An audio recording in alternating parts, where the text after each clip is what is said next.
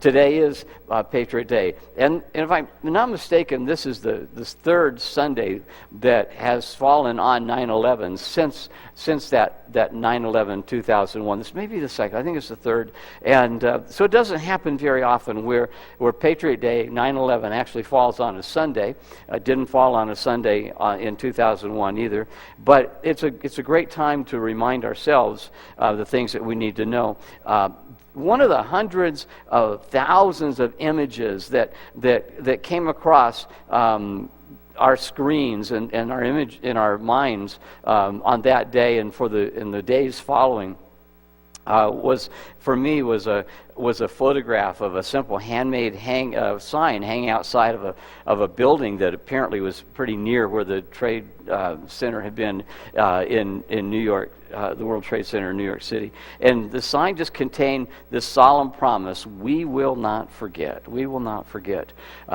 Most of us, I said, as we prayed this morning, we remember where we were at. In the next service, we're going to have people that weren't even born yet. We have a whole, if they're in middle school down, they weren't even alive when this happened. So they have a whole different perspective on it. Our high schoolers, all those who are in high school were probably too young to remember. I mean, they were alive, but they remember from hearing stories and then finding out about it later on in school. But even they don't remember exactly what was happening that first 9/11, 2001. So very quickly, how times change, isn't it? That we get, it doesn't take long before we have whole generations who just remember from history classes or from what they hear parents talking about, perhaps, or from television images, but not because they experienced it or were a part of that. But they certainly know what terrorism is. They know what that is, and so they can understand that part of it. And for those of us here, certainly we won't and we can't forget what happened, because that day our lives changed. They really did. Things just have been different ever since. Many people see the world differently because of that day.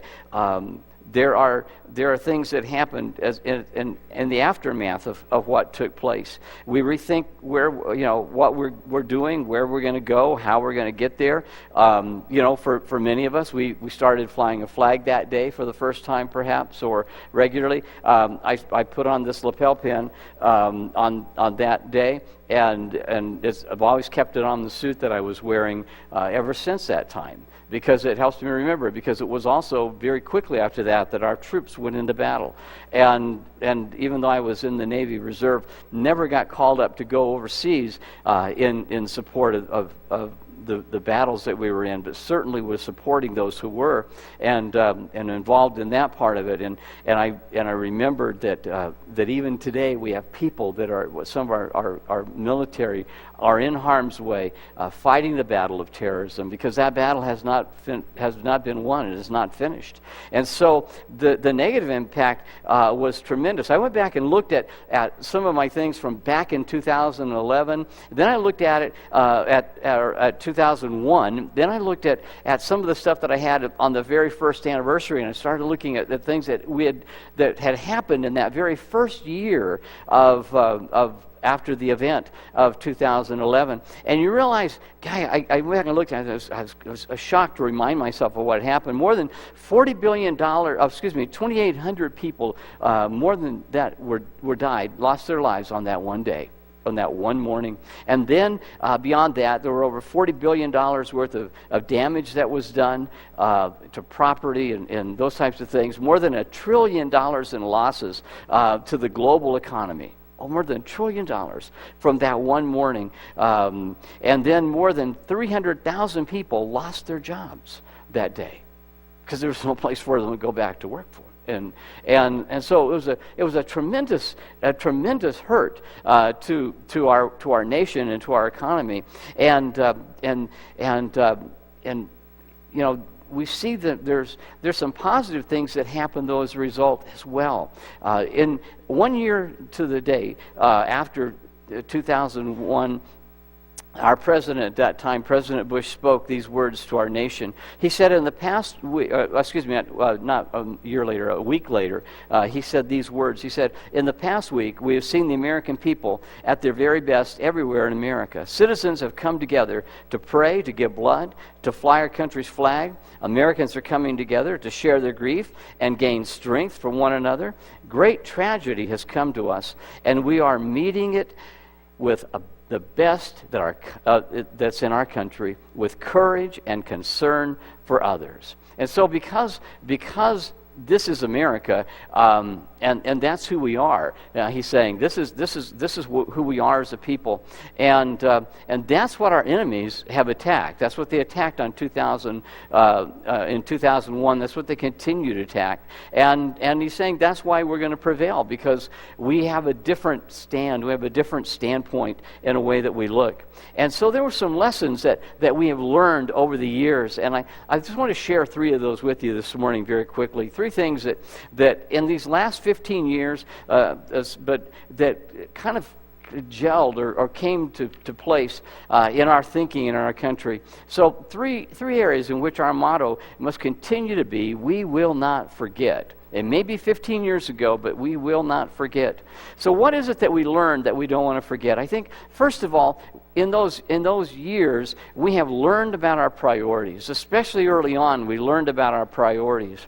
In 1 year later, in the September issue of Men's Health magazine, there was an article about the upcoming anniversary that on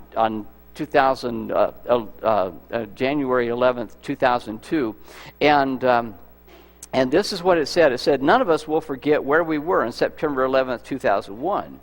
The question is, where are we now? Did those days of disbelief and rage, of tears, hugs, and anxiety lead to lasting change, to lasting change? And so that's the valid question even today. Now, 15 years later, did those events lead to some lasting change, especially in our priorities? And I found some quotes from people a year later that were talking about priorities and how they changed in their lives. Let me just share a couple of them with you. Michael wrote, I still complain about bills, work, and taxes, but now every morning I hug my 2 kids goodbye, and every evening I give them a kiss when I get home. That sounds familiar, doesn't it? And then Mark said this. He said, I'm trying to take a more positive attitude, and I've definitely become a less aggressive driver. So priorities, even as how we treat people on the roads, were changing. And then Adam wrote, everyone killed or injured started that day like any other, not knowing that they might not be coming home. And now I try to get to the most out of everything and not get caught up in the details that ultimately don't matter. And Gary wrote, I make it a point to listen to my wife every day as she tells me about her day. After more than 30 years of marriage to her, I find I love her even more. And then Ken wrote, September 11 taught me that my life's work should be about my daughter and building a family. I've learned that there's so much more to life than making a buck. September 11th gives us an opportunity to rethink our priorities. And people have always used tragedy to do that. It's an amazing thing about tragedy. When it comes into our lives, one of the things that it reprioritizes things. How do you remember Richard Pryor?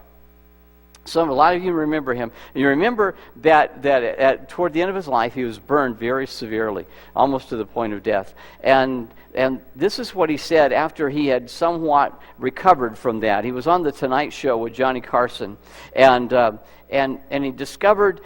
He said that money wasn't all that important, really. He said, all I could think of was to call on God. He said, I didn't call the Bank of America once. Priorities change, don't they? Tragedy makes us think about what's really important, and you begin to understand that it's not how much money is in your bank account.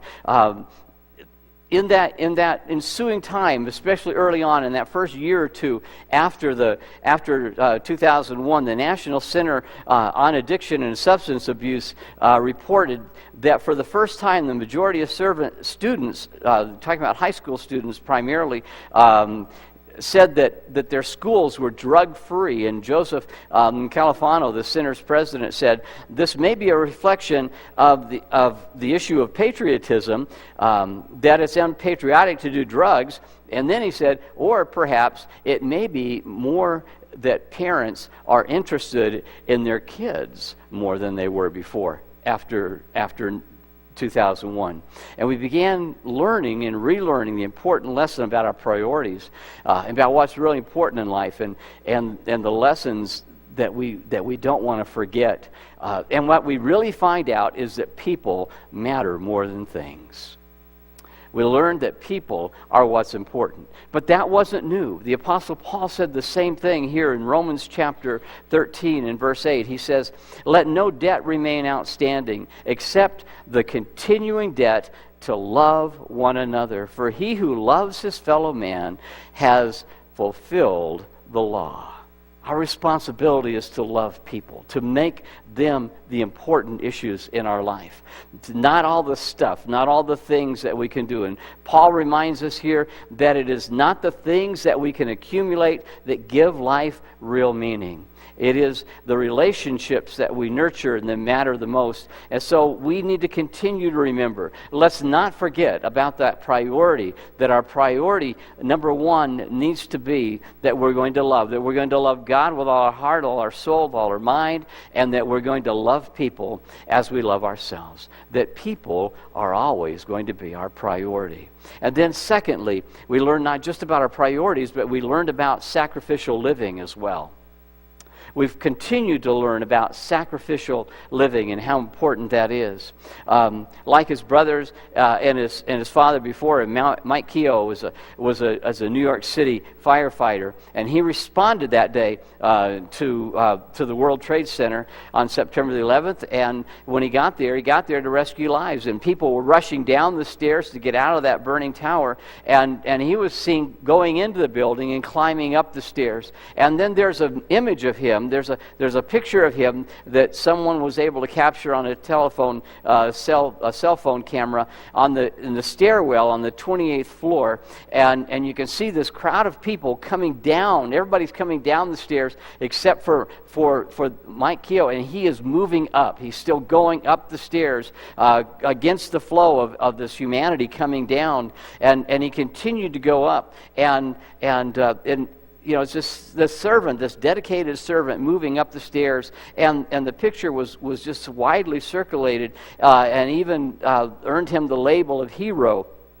But as far as he was concerned, Mike says, I was just doing my job. And somehow he got out. Somehow he's able to rescue some folks and get them out, and did not lose his life in the job, unlike many of his friends. And in the weeks following, he worked tirelessly. He worked just countless 24-hour shifts atop the rubble of Ground Zero, sifting through all of the rubble, filling buckets, 5-gallon buckets with debris and unfortunately body parts, and he just continued to do that as long as they were needed to do that. And some of the stories like Mike's we have heard, and others we're never going to hear.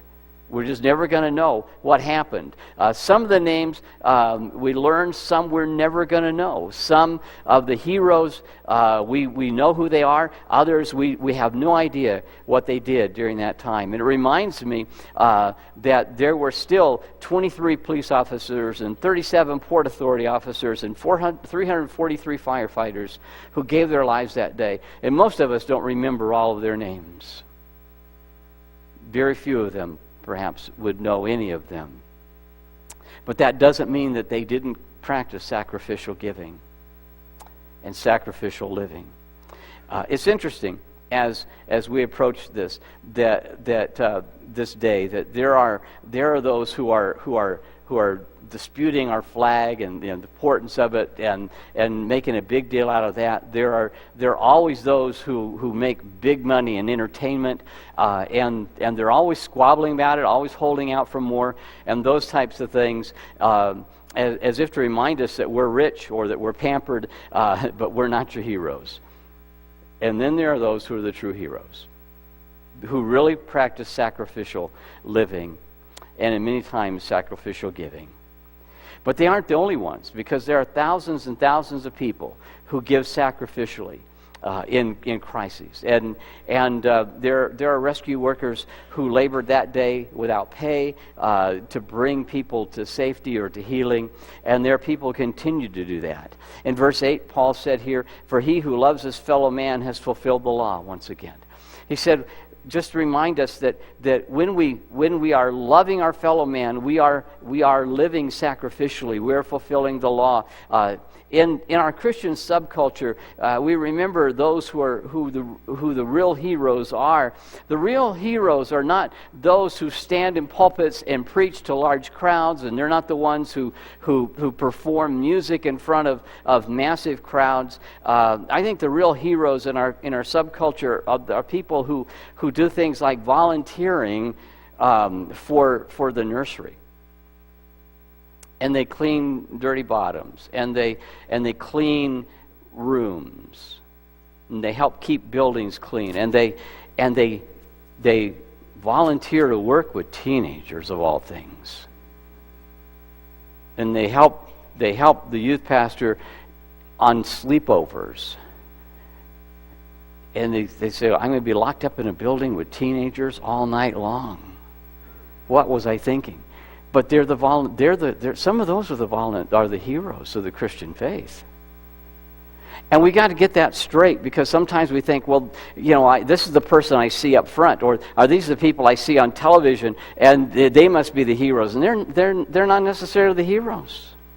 It's those that we'll never know the names of. It's those who give sacrificially who are the real heroes. Jesus said it this way in Matthew chapter 20.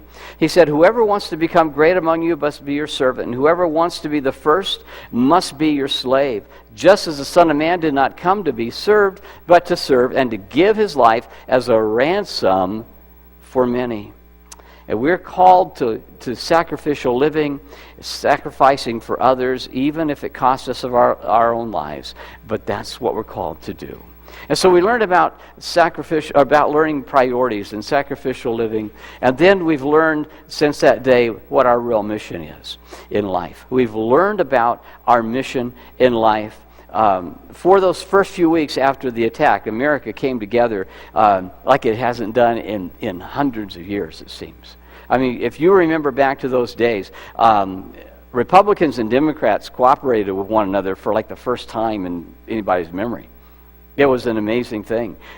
We saw that the press was kinder and gentler. It seemed nobody was weren't taking cheap. Nobody was taking cheap shots at the president for a while, and people from all kinds of backgrounds were joining hands to meet the challenges that we faced as a country. Unfortunately, it was only temporary, wasn't it? It didn't last all that long, but it was great while it lasted. And during that window of time, we got a glimpse of how great it can be when people choose to live together in unity, even though we have different political views, and even though we don't always understand things the same way. We saw that we don't have to live in a world of political sabotage. And even though one of our foundations of our freedom is the freedom of the press, we learned that the media doesn't have to be antagonistic, even in those days. And even though our nation is a melting pot consisting of a multitude of racial heritages and theological heritages, we learned that we could get together as people. And when we do that we really are indivisible. And so we learned something about what it would be like to not do life as business as usual.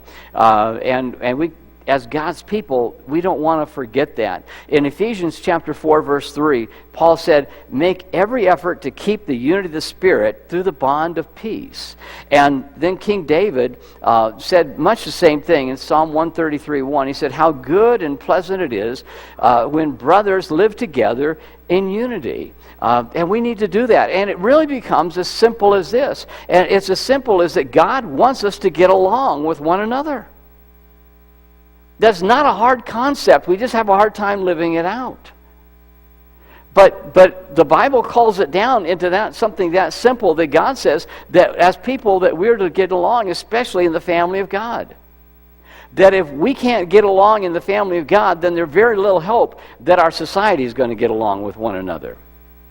And so we've got to continue to remember that lesson that we need to get along. It's a lesson that we saw working out for a few weeks after 9/11, and now we need to remember that and continue to put that into practice. In verse 9 here in Romans chapter 13, Paul says this. He said, the commandments are summed up in this one rule: love your neighbor as yourself. Love does no harm to its neighbor. Therefore, love is the fulfillment of the law. So don't take that lightsaber and hit your neighbor with it. You need to take the light of Jesus Christ and the gospel and invite them to church, but love them. We just love our neighbors, and we treat them with respect and with dignity. And we've learned about our mission as a people is that we are to love one another, that love is the fulfillment of the law, and that we're here to keep the unity of the Spirit and the bond of peace. That is our calling. That is who we are in society. Shortly before his death, and I'm talking about the night before his death, Jesus prayed his high priestly prayer. This is the Lord's Prayer. In Matthew 6, we find a model prayer. We find him teaching about how to pray. In chapter 17 of John, he's praying. This is his prayer right before he's going to the cross. And he's talking to his Father, and he's talking to his Father about us. And he says this. He says, I pray also for those who will believe in me through their, talking about the apostles' message, that all of them may be one. Father, just as you are in me and I am in you, may they be brought to complete unity to let the world know that you sent me and have loved them even as you have loved me. As Jesus was going to the cross, friends, his prayer was for our unity. That we would love each other. Will we always agree about everything? Certainly not. Will we always be happy about everything that's going on? Never going to happen. But we can choose to rise above that, and we can choose to love one another and to love to the point of unity. That's our calling. That's what Jesus prayed for when he was going to the cross to die. He prayed for you and me. He prayed for his bride, that his bride would love in unity one another. Because that unity, that love for each other, changes our world. If there's a lesson that we need to learn, it is not only about our priorities and not only about our sacrificial living, but certainly about our mission in life, that we are to love one another. We can't be sure about the future. Attacks are given. Thousands have taken place around the world since 9/11. It seems preposterous to think that they will cease overnight. But regardless of what happens in the future, there's one thing that we can be sure of. We can be sure of this, that our strength and our resiliency will be found in our ability to love one another. That's one thing that the terrorists cannot take from us, that Al-Qaeda cannot destroy. If we decide that we're going to love others as we love ourselves, and we're going to love Jesus Christ first and foremost, they cannot rock that foundation. They are powerless to stand against that, because greater is he who is in us than what? He who is in the world. So our responsibility is to love one another, and as a result of that unspeakable tragedy that befell our nation 15 years ago, we have relearned some things, and we continue to have to relearn them. That people matter more than possessions, that we have learned that sacrificial living is a sign of a true hero, and we have learned in the power of unity that there is victory. Verse 10 here in Romans 13 reminds us, love is the fulfillment of the law.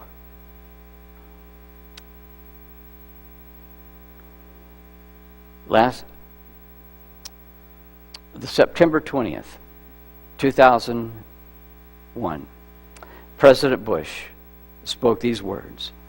He said, what is expected of us? I ask you to live your lives and hug your children. I ask you to be calm and resolute even in the face of continuing threat. I ask you to uphold the values of America. Today, we still need to continue to do that. And we have to remember that God has asked us to love, to make love preeminent in everything that we do. And even when our hearts are breaking, the power of love changes everything. And so now let us continue to have the motto, we will not forget.